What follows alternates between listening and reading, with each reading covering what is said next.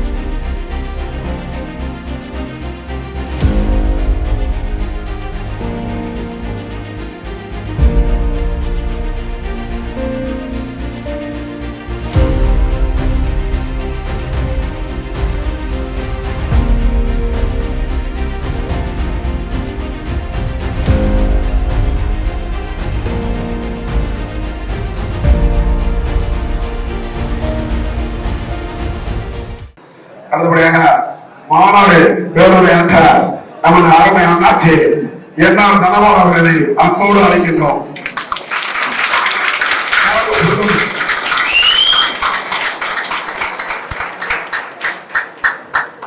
தமிழ்நாடு நாடார் பேரவை மற்றும் பெருந்தர் மக்கள் கட்சியினர் இணைந்து நடத்துகின்ற விருதுநகர் மாவட்ட நாடார் முறை ஒருங்கிணைந்த மேம்பாட்டிற்கு தலைமை பொறுப்பேற்றுகின்ற தமிழ்நாடு நாடார் பேரவை மாநில துணைத் தலைவர் அருமை தம்பி பத்மநாபன் அவர்களே, வரவேற்புரை நல்கி இந்த நிகழ்ச்சியினை ஏற்பட இந்த நடைபெறுவதற்கு உறுதுணையாக முதுகெலும்பாக இருந்த விருதுநகர் மாவட்ட விருதுநகர் மக்கள் அமைப்பு செயலாளர் அருமை சகோதரர் ரமேஷ் நாராயணன் அவர்களே, முன்னில் வைத்துக் கொண்டிருக்கின்ற விருதுநகர் மாவட்டத்துடைய தலைவர் குமார் நாராயணன் அவர்களே, இந்த அருமையான நிகழ்வை பொறுத்தளவில் எவ்வாறு என்றால் கிட்டத்தட்ட நாம் அதாவது ஓபன் கிரவுண்டில் மிக பெரிதாக நம்முடைய நிர்வாக பெருமக்கள் ஏற்பாடு செய்திருந்தார்கள். இறுதியாக சரியாக ஒரு நாளுக்கு முன்பாக காவல்துறையானது இது ஒரு நிகழ்வு நடத்த அனுமதி தராத காரணத்தினால் மண்டலத்தில் நடக்கக்கூடிய சூழ்நிலை இருந்தது. இல்லை என்றால் உண்மையிலே அவர்கள் ஏற்பாட்டபடி குறைந்தது ஒரு 3000-5000 வரக்கூடிய அளவில் அவர்கள் ஏற்பாடு செய்திருந்தார்கள். உண்மையிலே ஒரே மன வருத்தமாக இருந்தாலும் சரி, அதாவது எடுத்த காரியத்தை செய்து முடிக்க வேண்டும் என்று அதன் குறிப்பாக ரமேஷ்குமார் அவருடைய மகனுடைய திருமணம் காலையில் அதையெல்லாம் அவர் ஒதுக்கி வைக்க முழுமையாக பாடுபட்ட அத்தனை நிர்வாகிகளுக்கும் குறிப்பாக ராசையா அவர்களுக்கும் பத்மநாபன் குமார் அவர்களுக்கும் ரமேஷ்குமார் அவர்களுக்கும் என்ன நெஞ்சார்ந்த நன்றியை நான் தெரிய கடமைப்பட்டுள்ளேன். இந்த விருதுநகரை பொறுத்தளவில் நாம் எல்லோரும் சொல்லி தெரியவில்லை. ஏன்னா விருதுநகர் என்றாலே அதாவது அனைவரும் அறிவோம் உலக புகழ்பெற்ற ஒரு மாவட்டம், உலக புகழ்பெற்ற ஏனென்றால் இங்கே தான் அதாவது காமராஜர் அவர்கள் அதாவது இது போன்று வரும் மனிதர் இனி பிறக்க முடியாது என்று வாழ்ந்த மறைந்த மாவட்ட தலைவர் பிறந்த ஊர் என்று அப்பேற்பட்ட ஊரில் இந்த மாவட்டத்தை பொறுத்தவரை நாம் இங்க வந்திருக்கேன்னா உலகத்தின் புண்ணியபதி. அதாவது ஒரு முறை சுகி சிவம் அவர்கள் ஒரு பத்திரிகையில் எழுதியிருந்தார் என்னவென்றால் சென்னையிலிருந்து கன்னியாகுமரிக்கு நம் சமுதாயத்தை சேர்ந்த ஒருவர் நடுப்பட்டிருந்தார். சென்ற பொழுது அவருக்கு விருதுநகர் மாவட்டத்தில் விருதுநகரிலே பஸ் ஸ்டாண்டிலே வண்டி வந்து நிற்கிறது. டீ குடிக்க போனவர்கள் என்ன இயற்கை சேவர்களாம் சொல்லிக் கொள்வது அந்த பெரிய தூங்கி இருந்து கேட்டாராம், ஐயா எங்கே வந்திருக்கிறது, வண்டி எங்கே இருக்கிறது என்று கேட்டாராம். விருதுநகர் சொன்னாராம், ஏனையா கேட்கிறீங்க, இல்ல நான் இயற்கை போது இந்த பூமியை பொறுத்தவரை நான் என்னுடைய கால் படக்கூடாது. ஏனென்றால் அதாவது இப்படி ஒரு மனிதன் பிறக்க முடியாது என்று தோன்றின அந்த மனிதனை தோற்கடித்த போய் நான் இறங்க மாட்டேன் என்று சொன்னாராம். அந்த மாதிரி எந்த அளவுக்கு ஆனால் அதே சமயத்தில் பார்த்தீங்கன்னா அன்று அவர் தோற்கடிக்கப்பட்டார். ஆனால் அதே சமயத்தில் பார்த்தீங்கன்னா 1967 சரியாக ஒரு ஆண்டு கூட 68 வாசல் நீசமணியுடைய மருமகன் அவர்கள் மரணமடைகிறார்கள். டென்னிஸ் அவர்கள் அதாவது கன்னியாகுமரி தொகுதியில் அப்பொழுது பார்த்தீங்கன்னா அங்கே இருக்கிறார். அன்று திராவிட முன்னேற்ற கழகத்துடைய ஆட்சி நடைபெறுகிறது. திராவிட ஆட்சி மட்டுமல்ல அவர் மெஜாரிட்டியில் அமர்ந்திருக்கிறார்கள். அன்று அவர் எப்படியும் தோற்கடிக்க வேண்டும் என்று கங்கணம் கட்டிக் கொண்டிருக்கிறது திராவிட முன்னேற்ற கழக அரசு. ஆனால் அவரை ஒன்று செய்யவில்லை. ஒன்றல்ல இரண்டல்ல கிட்டத்தட்ட 1.5 லட்சம் வாக்கு வித்தியாசத்திலே காமராஜர் செய்கிறார். அதாவது என்ன தெரிகிறதா, அவரை அசைக்கையாளர்கள் இதே ஒன்று மாற்று தேசமே அவரை பார்க்கிறேனால் அவர் நினைத்திருந்தால், அதாவது தமிழ்நாடு காங்கிரஸ் தமிழ்நாடு கேரள காங்கிரஸ் என்ன வைத்திருந்தாலும் கிட்டத்தட்ட 1 2 கிட்டத்தட்ட 17 எம்எல்ஏக்களை வைத்திருந்தார். 17 எம்எல்ஏக்களை வைக்கிறது. அப்ப அன்றைய நிலை கேரளாவை பொறுத்தவரை அவர் யார் நினைக்கிறார் அவர்தான் அமைக்க முடியும் அளவே இருந்தார். அந்த அளவுக்கு இருந்தவர் அவர். ஆனால் தமிழ்நாட்டிற்காக தமிழ் மக்களுக்காக தமிழ் மக்களோடு குமரி இணைய வேண்டும் என்கிற ஒரே காரணத்திற்காக தான் அவரை பொறுத்தளவை தன்னுடைய கோரிக்கை நிறைவேறியது. குமரியாளர் இணைக்கப்பட்டவுடன் அவர் போதனையோடு இருப்பது. ஆனால் மக்களுடைய விருப்பத்திற்காக அவர் சட்டமன்ற உறுப்பினராக பாராளுமன்ற உறுப்பினராக இருக்கிறது. ஆனால் ஒரு முறை கூட அவர் மக்கள் தெரிந்து எனக்கு ஓட்டு போடுங்க கேட்டதே கிடையாது. ஆனால் அந்த மக்களை பொறுத்தவரை அவர் குமரி தந்தை வாசநேசன் என்ற காரணத்தால் அவரை ஒவ்வொரு முறையும் 10 லட்சம் ஓட்டு வித்தியாசத்தை ஜெயித்தார்கள். ஏன் சொல்கிறேன்னா, இவர்கள் எல்லாம் தமிழுக்காக உழைத்தவர், நம் நாட்டுக்காக சமுதாயத்துக்காக உழைத்தவர். ஏனென்றால் கன்னியாகுமரி மாவட்டத்திலே 85% யார் என்றால் நாடார் பெருமக்கள் தான் இருக்கிறார்கள் என்று நாம் அறிவோம். இன்று நம்ம நாடார் சமுதாயத்தை பொறுத்தவரை அவருடைய பாக்கியராஜ் சொன்னது போல இந்த கிட்டத்தட்ட அதாவது இந்த இயக்கமாக ஆரம்பிக்கப்பட்டது இன்று நேற்று கிட்டத்தட்ட பார்த்தீங்கன்னா அறிவான சமானியன் அவர்களும் கரிகோல் ராஜ் அவர்களும் தமிழ்நாடு நாடாக இளைஞர் வேலை என்று ஆரம்பித்தார்கள். அதற்கு பிறகு அவர்களெல்லாம் வயதாகிவிட்ட காரணத்தால் அதை மறந்து விட்டார்கள். ஆனால் நான் அதாவது தமிழ்நாடு நாடார் பேரவை என்று ஆரம்பித்து அன்று முதல் பல இந்த நேரத்தில் கிட்டத்தட்ட 30-35 ஆண்டுகளாக 33 ஆண்டுகாலமாக இந்த சமுதாய பணி செய்து வருகிறது என்றால் என்னுடைய நாடார்கள் எங்கு வாழ்கிறதோ அந்த கிராமம் குக்கிராமம் கிராமம் இல்லை என்று சொல்லலாம். அதாவது இன்று பார்த்தீர்களா, இன்று அதிகமாக தமிழ்நாட்டை பொறுத்தவரை ஜாதி கலவரங்கள் இல்லை, ஜாதி மோதல்கள் இல்லை. ஆனால் அன்று அவ்வாறு அல்ல. அந்த காலகட்டத்திலே ஒருவர் ஜாதிக்குள் அடித்துக் கொண்ட காரணம் வெட்டிக் கொண்ட காரணம் இந்த சூழ்நிலை இருந்த காலத்திலே நான் அன்றெல்லாம் அவர்களுடைய திருமணத்திற்கோ இல்லை என்றால் சொத்து வீட்டிற்கோ காரணத்திற்கோ நான் செல்லவில்லை. அங்கு சென்றதெல்லாம் எங்கெங்கே பிரச்சனை வருகிறதோ அங்கே சென்றோம். ஏன் அந்த அவர்களுக்கு நம்முடைய சமுதாய மக்களுக்கு தைரியத்தை கொடுத்தோம், ஊக்கத்தை கொடுத்தோம், அவர்களுக்கு ஆதரவாக நின்றோம். அவர் தேவையை சென்ற காரணத்தினாலே தமிழ்நாடு முழுவதும் சேர்ந்த பிரயாணப்பட்டோம். ஆனால் ஆரம்பிக்கப்பட்ட நோக்கம் என்னவென்றால் தமிழ்நாடு நாடாளுமன்றத்தை பொறுத்தவரை திருமண மன்றம் கட்டுவதற்காகவும் இல்லை என்றால் பள்ளிக்கூடம் ஆரம்பிக்கப்படுவதாகவும் கல்லூரிகள் ஆரம்பிக்கப்படுவதற்காக ஆரம்பிக்கப்பட்ட இயக்கம் அல்ல. ஏனென்றால் இந்த இயக்கத்தை பொறுத்தவரை ஏற்கனவே சமாதான சங்கம் இருக்கிறது, ஏன் மகாஜன சங்கம் இருக்கிறது, இன்னும் தமிழ்நாடு முழுவதும் கிட்டத்தட்ட 3000க்கு மேலான சங்கங்கள் இருக்கின்றன. ஆனால் அவைகளை பொறுத்தவரை ஒரு காலகட்டத்தில் ஆரம்பிக்கப்பட்ட நோக்கம் தெரியும். அதாவது நம்முடைய நாடா மகாஜன சங்கம் ஆரம்பிக்கப்பட்ட நோக்கம் என்னவென்றால் 1910ஆம் ஆண்டு 115 ஆண்டுகள் ஆகிவிட்டன. ஆரம்பிக்கப்பட்டது நோக்கமே நம் சமுதாயத்தினுடைய வளர்ச்சி, நம் சமுதாயத்தினுடைய பாதுகாப்பு, நம் சமுதாய மக்களுக்கு கல்வி, இது மூன்று அது மட்டுமல்ல நம்ம சமுதாயத்தவர் தொழில் வளர்ச்சி என்று ஆரம்பித்தார்கள். ஆனால் அதே போல தொடர்ந்து வந்தார்கள். இன்று நாம் கல்வியறக்கள் உரிமை வேண்டும் என்று சொல்கிறோம் இன்று. ஆனால் அன்று அவர்களை பொறுத்தவரை நம் சமுதாய மக்களை கல் இறக்க வேண்டாம், நீ பணமை ஏற வேண்டாம், உன்னை பொறுத்தவரை நீ படித்து முன்னேறு, தொழில் செய்து முன்னேறு என்றுதான் அவர்கள் சொன்னார்கள். ஏன் சொன்னா அப்ப நம்ம அடுத்த போல சொல்ல வேண்டும் என்பதற்காக இந்த வார்த்தைகள் கிட்டத்தட்ட 1947 சுதந்திரம் அடைந்த பொழுது தமிழகம் முழுவதும் 12,000 மரங்கள் இருந்தான மரங்கள் இன்று கிட்டத்தட்ட 4 கோடி மரங்கள் இருக்கின்றன.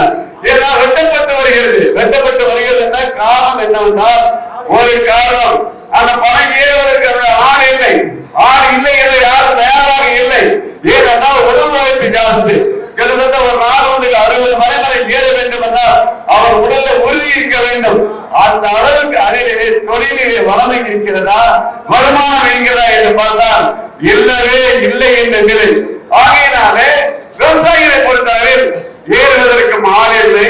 அந்த பொருளை விற்றாலும் அதனால் பிரயோஜனம் இல்லை காரணத்தினாலே அழித்து வருகிறார்கள் என்பதுதான் நிதர்சனமானது. இருந்தாலும் நாங்கள் ஒன்றுக்கு கிட்டத்தட்ட 20 ஆண்டுகளுக்கு மேலாக கல்வி இறக்கம் மட்டுமே பெற்றுத்தர வேண்டும் என்பதற்காக பாடுபட்டோம். ஏனென்றால் நம்முடைய நற்கண்டை வங்கியானது நம்முடைய வரலாற்றாளர்களால் கொண்டு செல்லக்கூடிய சூழ்நிலை எஸ்ஆர் நிறுவனத்தின் மூலமாக பங்குகளை விற்றுவிட்டால் நம் சமுதாயத்தை சேர்ந்தவர்கள் அந்த 1921ஆம் ஆண்டு நம்முடைய இந்த வங்கியால் ஆரம்பிக்கப்பட்ட நோக்கமே என்னவென்றால் ஏதாவது அன்று தொழில் யார் இருந்தார் என்றால் நாடாவில் இல்லை.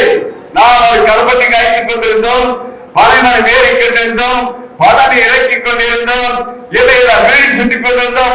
அந்த காலகட்டத்திலே பார்த்தீங்கன்னா நம்முடைய முன்னோர்கள் நினைத்தார் எவ்வாறு என்றால் இன்று அதாவது இவர்களை பொறுத்தவர்களே அதாவது செட்டியார்கள் குறிப்பாக நாட்டுக்கொண்டை செட்டியார்கள் தொழிலே வளமாக இருக்கிறார்கள். அவர்களால் ஆரம்பிக்கப்பட்ட இந்தியன் வங்கி, அவர்களால் இந்தியன் ஓவர்சீஸ் வங்கி, இன்று அவர்கள் ஆரம்பிக்கப்பட்ட 4 வங்கிகள் மூலமாக அவர்கள் சமுதாயத்திற்கு அவர்கள் கடன் கொடுக்கிறார்கள், அவர்கள் தொழிலை உருவாக்கி இருக்கிறார்கள், தொழில் அதிபர்களாக உருவாக்கி பணக்காரமாக இருக்கிறார்கள். அதுபோன்று நாம் சமுதாயத்தை சேர்ந்தவர்கள் வர வேண்டும் என்கிற ஒரே காரணத்திற்காக அந்த ஆரம்பிக்கப்பட்ட வங்கி எவ்வாறு அந்த 1921ஆம் ஆண்டு இது போன்ற விமான வசதிகள் கிடையாது, இருந்தாலும் ஏறக்குறைய பணம் கிடையாது, காடு கிடையாது, சொல்லிக்கொண்டே போகலாம். மாட்டு வண்டியை கட்டிக்கொண்டு நம்முடைய சமுதாய முன்னோடிகள் ஒவ்வொரு கிராமமாக சென்றார்கள், ஒவ்வொரு வீடாக சென்றார்கள். நான் வங்கி ஆரம்பிக்க போகிறோம், நீங்களும் ஒரு பங்குதாரர் ஆக வேண்டும் என்று இருந்தவர்கள் கொடுத்தார்கள், இல்லாதவர்கள் 1 அணா கொடுத்தார்கள், 1 ரூபாய் கொடுத்தார்கள், 50 பைசாக்கள் மூலமாக சேர்த்து 21 லட்சம் ரூபாய். இன்று 1921 ஆரம்பிக்கப்பட்ட வங்கி அதன் மூலமாக கடன் கண்டார்கள். அதுபோன்று நம் அன்று போக அந்த வங்கி நம்மை விட்ட புறப்போய் என்று சொல்லலாம். நாம் சென்றோர் ஒவ்வொரு நாடாளும் கிராம வீடாக இது நம் முப்பாண்டனுடைய ஒரு வங்கி நமக்கு வர வேண்டும் என்ற அப்பொழுதுதான் நாங்கள் சென்ற ஊர்கள் அதாவது ஈரோடு, தர்மபுரி, சேலம், நாமக்கல், ராமநாதபுரம் இந்த மாவட்டங்களை பொறுத்தவரை அங்கே நம்முடைய சமுதாயத்தை சேர்ந்து எவ்வாறு இருந்தார்கள் என்றால் வியாபாரிகளாக இல்லை, அவர்கள் பணியில் தொழிலாளியாக இருந்தார்கள். அதுவும் கொங்கு மண்டலத்தை பொறுத்தவரை எவ்வாறு இருந்தார்கள் என்றால் கவுண்டர்களுடைய தோட்டத்திலே கொத்தரவிகள் போல் இருந்தார்கள். ஏன் இடுப்பில ஆளும் தலையிலே கொண்டு தலை கட்டுவிட பயந்தார்கள். அந்த அளவுக்கு இருந்தவர்கள் தான் நாங்கள் பார்த்தோம். இன்று இவர்களுக்கு விடுதலை பெற வேண்டும் என்றால் இவர்கள் படிப்பறிவு இல்லை, இவர்களுக்கு தெரிந்த தொழில் ஒன்றே பனைகள் ஆகையால் அதை தர வேண்டும் என்று பெற்றுத்தர வேண்டும் என்பதற்காக தான் எங்களுடைய பொருளாதார அவர்கள் ஆந்திரா சென்றார்கள். சந்திரபாபு நாயுடு அவர்கள் ஒருங்கிணைந்த ஆந்திர மாநிலமாக இருக்கிறது. அன்று கல்லை இறக்கி விற்றுக் கொள்ளும் உரிமையை அவர்கள் தந்ததின் காரணத்தினாலே அங்கே இருந்த அவர்கள் அங்கே சொந்தமாக வீடு வைத்திருந்தாலும் மூர்த்திகள் வைத்திருந்தார்கள் என்பதை அறிந்து நாம் அதே கேசட்டோடு கொண்டு வந்து மிகப்பெரிய ஒரு ஊர்வலத்தில் சேர்க்கிறேன். அப்பொழுது அந்த ஊர்வலத்தை கலந்து கொண்டார் வீரபாண்டியார் அவர்கள். வீரபாண்டியார் அவர்கள் கலந்து கொண்டு சொன்னால் இது போன்ற ஒரு கூட்டத்தை, இது போன்ற ஊர்வலத்தை என்னுடைய கட்சி நான் நடத்தவே இல்லை என்று சொன்னார். நான் கலைஞர்கள் செல்கிறேன், உடனடியே பெற்றுத் தருகிறேன் என்று சொன்னார். பார்க்க வரணும்னா ஒவ்வொரு ஆட்சிகள் மாறுகின்றன, ஆட்சிகள் மாறுகின்றன. நம்மளுடைய கோரிக்கை நிறைவேறவே இல்லை. ஏன் சொல்கிறேன்னா, அன்று நாங்கள் போன காரணம் என்னவென்றால் அந்த ஏழை பணங்கள் விடுதிகாலம் வர வேண்டும் என. ஆனா இந்த பொறுத்தவரை நாங்கள் சொல்வதெல்லாம் என்னவென்றால், நீங்கள் எவ்வாறு நம்மளை காமராஜர் படி என்றாலோ அதை படித்து விட்டார்கள் என்று அநேகமாக பார்த்தீங்கன்னா, அநேகமாக ஏன் இன்று பணம் ஏறுவதற்கு என்பது ஆட்கள் இல்லை. பணம் ஏறு தெரியாது, தெரிந்தாமையால் தேவை ஏறினால் இன்னும் நம் சமுதாயத்தை பொறுத்தவரை கிட்டத்தட்ட பார்த்தீங்கன்னா சென்னையை போன்ற நகரங்களிலே கடைகளில் வேலை செய்வது ஆள் வரை கிடையாது. ஏனென்றால் படித்தவர் பிள்ளைகள் யாரும் வருவதில்லை. ஆகையால் அவன் எவ்வாறு இருக்கிறார் என்றால், அப்பா வைத்த மளிகை கடைகள் யாரும் வைக்கவில்லை, சூப்பர் மார்க்கெட் வைக்கிறான். சூப்பர் மார்க்கெட் இந்த மால் வைக்கிற இந்த அளவுக்கு நம்ம சமுதாயம் உயர்ந்து விட்டது நல்லது. ஏன் சென்னையில் இருந்து கொள்ளுங்கள், சென்னை மட்டுமல்ல தமிழகம் முழுவதும் மாநில கூட நூல்களுக்கு மிகப்பெரிய நிறுவனங்கள் தான் நாடுது. தவறு சோழா இருக்கட்டும் நம்மளது, ஜெய்சந்தா இருக்கட்டும் நம்மளது, வசந்தங்காவாக இருக்கட்டும் நம்மளது, ஆட்சி மன்றமாக இருக்கட்டும் நல்லது, ஆரோக்கிய பாராக இருக்கட்டும் நம்மளது, வசந்தங்கள் இந்த அந்த அளவுக்கு நாம் உயர்ந்த காரணத்தினாலே அந்த தொழிலை பொறுத்தளவில் நாம் இன்றைய பொறுத்தளவில் அந்த விவசாயம் காப்பாற்றப்பட வேண்டும், அந்த தொழிலை காப்பாற்றப்பட வேண்டும். அதற்காக வரும் சந்ததியினர் அதை ஏறு என்று நாங்கள் சொல்வதே இல்லை, சொல்ல வேண்டாம் என்று நான் நினைக்கிறோம். இன்று நம்ம சமுதாயத்தை பொறுத்தளவில் இன்னும் வழங்கிக் கொண்டே சொல்லலாம். மிகப்பெரிய பணக்காரர் கிட்டத்தட்ட பார்த்தீங்கன்னா ஒரு நாள் ஒன்றுக்கு 5 கோடி ரூபாய், 1 ரூபாய் 2 ரூபாய் இல்ல 5 கோடி ரூபாய் இன்று தானம் தரக்கூடிய ஒரு உலகில் கிடைக்கிறதா பில்கேட்ஸ் கூட இல்லை. பில்கேட்ஸுக்கு மேலாக செய்து வருகிறார் ஒரே சிவனாளர் யாரும் இல்லவே இல்லை. அந்த எந்த தொழிலை எடுத்தாலும் நாம் தான் கால் வைத்தோம் என்றால் நிச்சயமாக நாம் கைப்பற்றிக் கொள்வோம். அதுதான். ஆனால் அரசியலை பொறுத்தவரை எடுத்துக் கொள்ளுங்கள். இந்த அரசியல் நாம் எந்த இடத்தில் இருக்கிறோம்? அரசியலை பொறுத்தவரை பார்த்தீங்கன்னா மிகப்பெரிய 4 சமுதாயங்களில் சமுதாயம் ஒன்று. அந்த சமுதாயத்தை பொறுத்தளவில் நாம் இன்று எவ்வாறு இருக்கிறோம் என்றால், காமராஜ் என்ற ஒருவரை தவிர வேறு ஒருவர் முதல்வராக வருவாரா என்பது கேள்விக்குறிதான். எப்பொழுது நமக்கு தெரியாது. மத்திய சர்க்காரில் பார்த்தீங்கன்னா திருவண்ணாமலைக்கு 50 ஆண்டுகளுக்கு பின்பு இணை அமைச்சராக இல்லை துணை அமைச்சராக தனுஷ்கோடி அளித்தவர்கள் வந்தார். அதற்கு பிறகு பார்த்தீங்கன்னா ராதிகா செல்வி அவர்கள் வந்தார்கள் துணை அமைச்சராக, அதுக்கு இணை அமைச்சராக. ஆனால் சுதந்திரம் 75 ஆண்டுகள் கடந்து விட்டது. நாடார் சமுதாயத்தை சேர்ந்த ஒரே இதுவரை கேபினட் அமைச்சராக அமரவில்லை என்றால் நாம் அரசியலில் வரமாக இல்லை என்கிற ஒரே காரணத்திற்காக இந்த ஏனென்றால் இன்னும் எதிரே இருந்திருக்கிறார்கள். இது விருதுநகர் மாவட்டம் என்றால் நாடார்கள் நிறைந்த மாவட்டம் அல்ல, நெருங்கு தொகுதி. ஆனால் தொகுதியை பொறுத்தவரை கைப்பற்றி வைத்திருக்கிறோம். ஒரு காலத்தில் ஆர்கே நகர் பார்த்தீங்கன்னா நாடார்கள் தொகுதி கோட்டை விட்டுவிட்டோம், திருவள்ளூர் தொகுதி நாடார்கள் தொகுதி கோட்டை விட்டுவிட்டோம், மயிலாப்பூர் தொகுதி நம்முடைய தொகுதி கோட்டை விட்டுவிட்டோம். இது அதே சமயத்தில் பார்த்தீங்கன்னா நம்முடைய அமைச்சர்கள் சொன்னார்கள், நாடார்களை பற்றி முழுமையாக நாம் அரசியலில் இருந்தால் 36 தொகுதிகளை கைப்பற்ற முடியும் என்று. 36 தொகுதியை நாம் கைப்பற்ற முடியாதற்கான அரசியல் மாறுவதில்லை. ஆனால் இதை கவர்னர் எடுத்துக் கொள்ளுங்கள். கொங்கு மண்டலம் 8 மாவட்டத்தை பொறுத்து அவர் அசைக்க முடியாது. அது காங்கிரஸாக இருக்கட்டும், அண்ணா திராவிட முன்னேற்ற கழகமாகவும் திராவிட முன்னேற்ற கழகமாக இருக்கட்டும், இல்லை என்ற பிஜேபியாக ஏன் கம்யூனிஸ்டாக இருந்தாலும் அவர்கள் தான் அங்கே இருப்பார்கள், வேறு ஒரு ஒன்றை உதவார்கள். ஆனால் இங்கு நாம் அதிகமாக வாழ்கின்ற, அதாவது 85% வாழக்கூடிய கன்னியாகுமரி மாவட்டத்தில் பார்த்தீங்கன்னா கிட்டத்தட்ட நாம் அங்கே 6 தொகுதியில் 2 தொகுதி வேறு ஜாதியில் இருக்கிறார்கள். அதே மாவட்ட செயலாளர்களே அதே மாதிரி 2 பேர் வேறொருவர் இருக்கிறார். ஏன் நெல்லை மாவட்டத்தில் நாம் பலமாக இருக்கிறோம், அங்கே அண்ணா திராவிட முன்னேற்ற கழகத்தில் மாவட்டத்தில் நாம் இல்லை. ஏன் அதே போல திராவிட முன்னேற்ற கழகத்தில் நாம் இல்லை. காரணம் அரசியல் ஆர்வம் இல்லை, பங்கு இல்லை என்கின்ற ஒரு முக்கியமான காரணம். ஏன் திராவிட முன்னேற்ற கழகத்தை எடுத்துக்கொள்ளுங்கள். அது கலைஞருக்கு இல்லை, ஸ்டாலின் அடுத்தபடியாக ஸ்டாலின் வைத்துக்கணும். அதற்கு அடுத்தபடி யார் நாடாக இருக்கிறார்கள்? யாருமே இல்லை. அவர்கள் கட்சியை பொறுத்தளவில் தர்மபாண்டியன் அவர்கள் இருந்தார்கள். அதற்கு முன்பும் ஒருவர் இல்லை, யாரும் இல்லை, துணை செயலாக இன்னும் அந்த இடத்தில் யாரும் இல்லை, யாரும் வர முடியவில்லை. காங்கிரஸ் கட்சியை எடுத்துக் கொள்ளுங்கள். இந்த தமிழகத்தை பொறுத்தவரை இன்னொரு நாளால் தடவைக்கு எப்போதுதான் தெரியாது, அந்த இடத்தில் இல்லவே இல்லை. ஏன் இந்த பிஜேபியை பொறுத்தவரை இதுவரை அக்கா சவுந்தரராஜன் இருந்தார்கள். சவுந்தரராஜனுக்கு அவருக்கு பிறகு இது யார் வருவார் என்று சொல்ல முடியாது.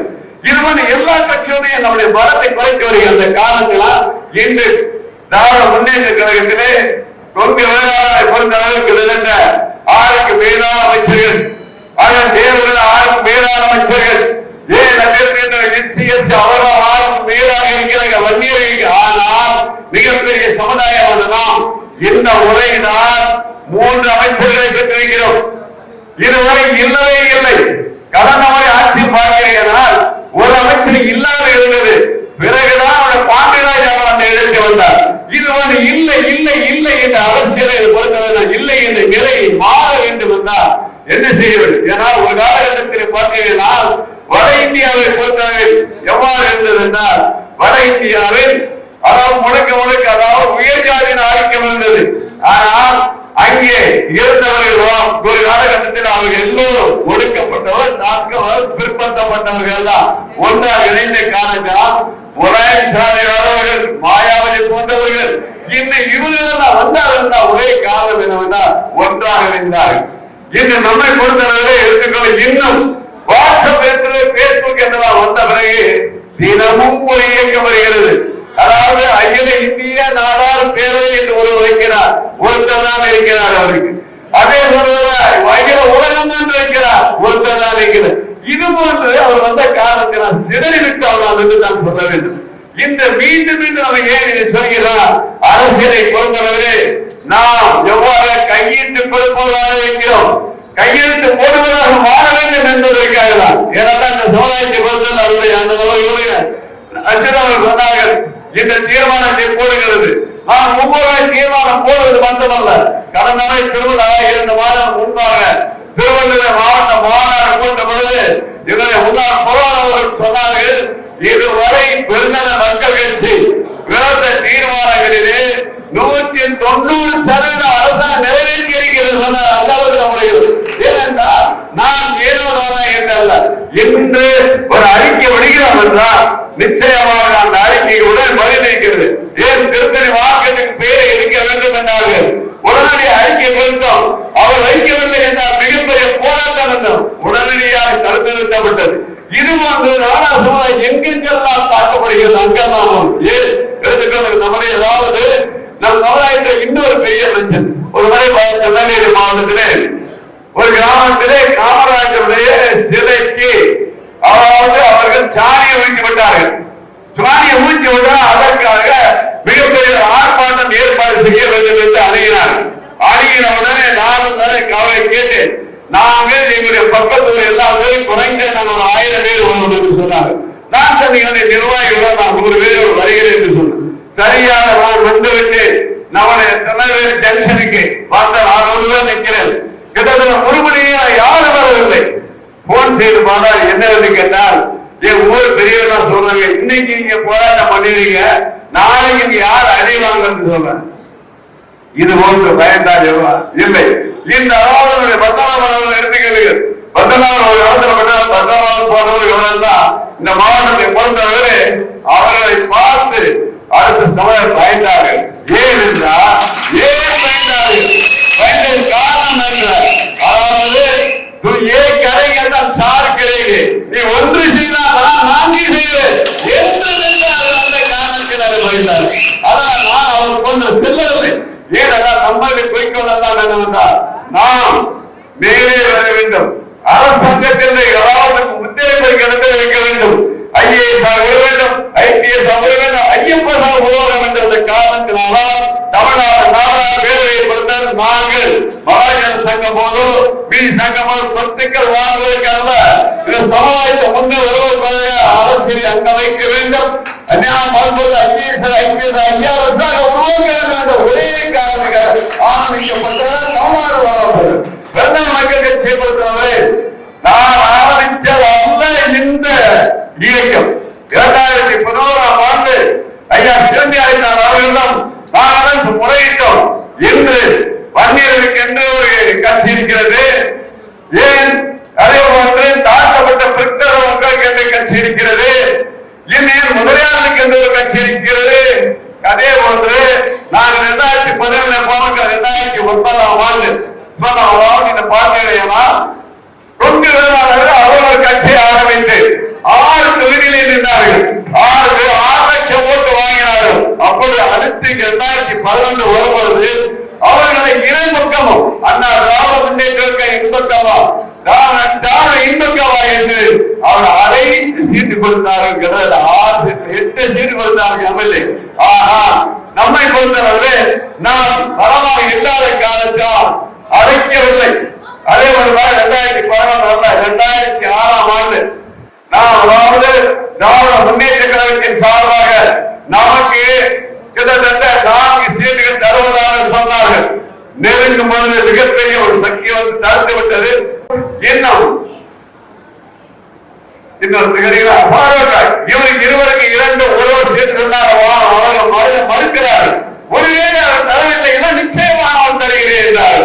நான் தான் முதல்வர், அடுத்து நான் தான் முதல்வர், தரவில்லை என்ற ஒரு கோரிக்கை என மாநிலம் கிடைக்கிறது. அதை கிடைக்க வேண்டும். அதற்கு அடுத்தபடியாக பரந்தோர பிரச்சனைக்கு நான் முற்றுப்புள்ளி வைப்பேன். கண்டிப்பாக உங்கள் கோரிக்கை நிறைவேற்ற என்று சொன்னார்கள். ஆனால் வந்தார்கள், மாநிலத்தில் திறந்தார்கள். ஆனால் இதே கல் பிரச்சனை பொறுத்தவரை வைத்தார்கள் சொல்லி தெரிந்தார்கள். நான் இங்கே அறிஞர் சட்டமன்ற கூட்டத்திலே முதல் தொடர்ந்து உங்களுக்கு நான் இதை அறிவிக்கிறேன். ஆனால் நீங்கள் இதை பிரசிக்க வழியாக சொல்ல வேண்டாம் என்று சொன்னார்கள். சரியாக 4 நாட்களே அமைச்சர் பொன்னையன் அவர்களும் ஓகே அழைத்தார்கள். சென்றோம். அதே ஆந்திரா ஆபீசர் போனாங்க. கல்லிலே கலப்படம் செய்துவிடக்காரர்கள் மாணவியர்கள் ஐயா அதான் அம்மா பயப்படுகிறார்கள், காட்சி கெட்ட பெயர் எடுத்து விட்டோம் என்று. அது மட்டுமல்லாது கலைஞர் அவர்கள் துடைத்து வைத்த ஒரு கஜானாவை துடைத்து விட்ட காரணத்தினாலே எங்களால் இந்த ஐயம் ஐம்பத்து தரக்கூடிய பிராண்ட் விஸ்கியை இது குறைக்க அதனுடைய வியாபாரம் குறைந்து அந்த காரணத்தினால் வேறு மாற்றியோ சொல்லுங்க என்று சொன்னார்கள். நாங்கள் அப்போ சொன்னோம், சிலரை பொறுத்தனவே கல்லை இறக்கி அவர்கள் பலப்படுத்தி டபுள் ரிஃபைன்டு அரங்கென்று இருக்கிறார்கள். அதை போன்று இங்கே தொழிற்சாலை போலாம் என்று சொன்னோம். அவர் காரிமத்தவர்கள் கலந்து கொண்டார் அமைச்சர்கள். ஆனால் பிரயோஜனப்படவில்லை. ஏன் சொல்கிறார்கள்? ஒரு பக்கம் அவருடைய போராட்ட கழகம் இருந்தாலும் போராட்ட களத்தை வெற்றி கண்டவர்களும் நான் வந்திருக்கிறேன் என்றார் கன்னியாகுமரி மாநிலத்தில். அப்பொழுது இருந்த டெல்லிக்கு சென்றோம். அப்ப இருந்த மினிஸ்டர் அங்க இருந்தாரோ அந்த கமிஷன் அமைச்சர் தான் இருந்தார். அவரை சென்று சந்தித்தோம். உடனடியாக நீக்கப்பட்டது. ஏன் அதோடு மட்டுமல்ல, இதே அன்னைக்காக டெல்லியிலே போராட்டம் பண்ணினோம். அதாவது அதற்கு உண்ணாவிரம் இருந்தோம். உண்ணாவிரத்தை அப்பொழுது பிரணை சந்திக்க வேண்டும் நினைத்தோம். அவர் இல்லாத காரணத்தால் அவர் பிஏடு கொடுத்து விட்டு வந்தோம். ஏன் அதற்கடுத்த காமராஜருடைய அந்த நினைவிடம் கிட்டத்தட்ட சுடுகாடு போல சொன்னார் செய்தோம். சென்ற மரணம் பார்த்தீங்கன்னா அடுத்த வேலை ஆரம்பிக்கப்பட்டது. காமராஜர் பெயராக இருக்கு செய்யப்பட்ட விமான நிலையத்தில் போராட்டம் செய்தார். இன்று காமராஜர் பெயர் அனௌன்ஸ் பண்ணப்படுகிறது. அவர் போட்ட வைக்கப்பட்டது மீண்டும் இது பண்ண பொறுத்தது. இதெல்லாம் இருந்தாலும் வருகிற தேர்தலை பொறுத்தளவில் நம்முடைய சமுதாயத்தை குரல் ஒழிக்க வேண்டும் என்றால் அது நான் என்று சொல்லவில்லை. பெருநகர் கட்சி பெருநகர் கட்சி சொல்வார். யார் சென்றாலும் அந்த சோபமானியார் சொன்னார்கள், நான் சமுதாயத்தை பிரதிநிதியாக எங்கே வந்திருக்கிறேன் என்று சொன்னார். அதே ஒரு கோல்வெடுப்பாளர்கள் எந்த ஒரு எஜப்பாளர்கள் இல்லை தெளிவாக சொல்லுகிறது. குறிப்பாக இங்கே அதாவது பொதுவான மாற்றம் வர வேண்டும் என்றால் அங்கே தாய்மார் இருக்க வேண்டும். நம்முடைய வீர சிவாஜி அவருடைய தாயார் எவ்வாறு மகன் வைத்தியருக்கு போய் வீர கதைகளை சொல்வாராம், வீரர்களின் கதையை சொல்வாராம். சொல்லி அதே போட்டி வர வேண்டும். ஆம், வந்தான் வீர சிவாஜி பிறந்தான், முகராயர்கள் அறிவுரையை வைத்தார்.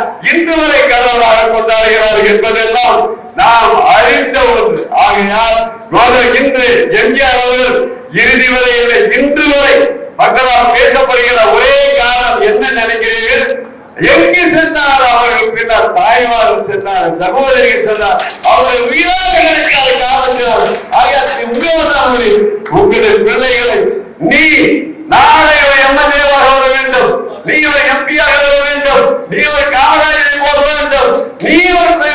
உருவாக்க யாருக்கு கேட்டால் உங்களால் தான் முடியும். தாய்மார்கள் நிச்சயமாக முடியும். உருவாக்குகிற உங்கள் சந்ததியை இந்த நாள் ஆழ பெருந்தவர்கள் உருவாக்க வேண்டும் என்று சொல்லி இந்த கூட்டம் மிகப்பெரிய கூட்டமாக அறிவிக்க வேண்டியது என் கடைசி நேர காவல்துறையினால் நாம் அந்த கூட்டத்தை கடந்த முடியாது போயிட்டு உணவாக எத்தனை பேர் செய்த நிறுவனம் எல்லோருக்கும் என்னை நெஞ்சார்ந்த நன்றியை கூறி விரைவில்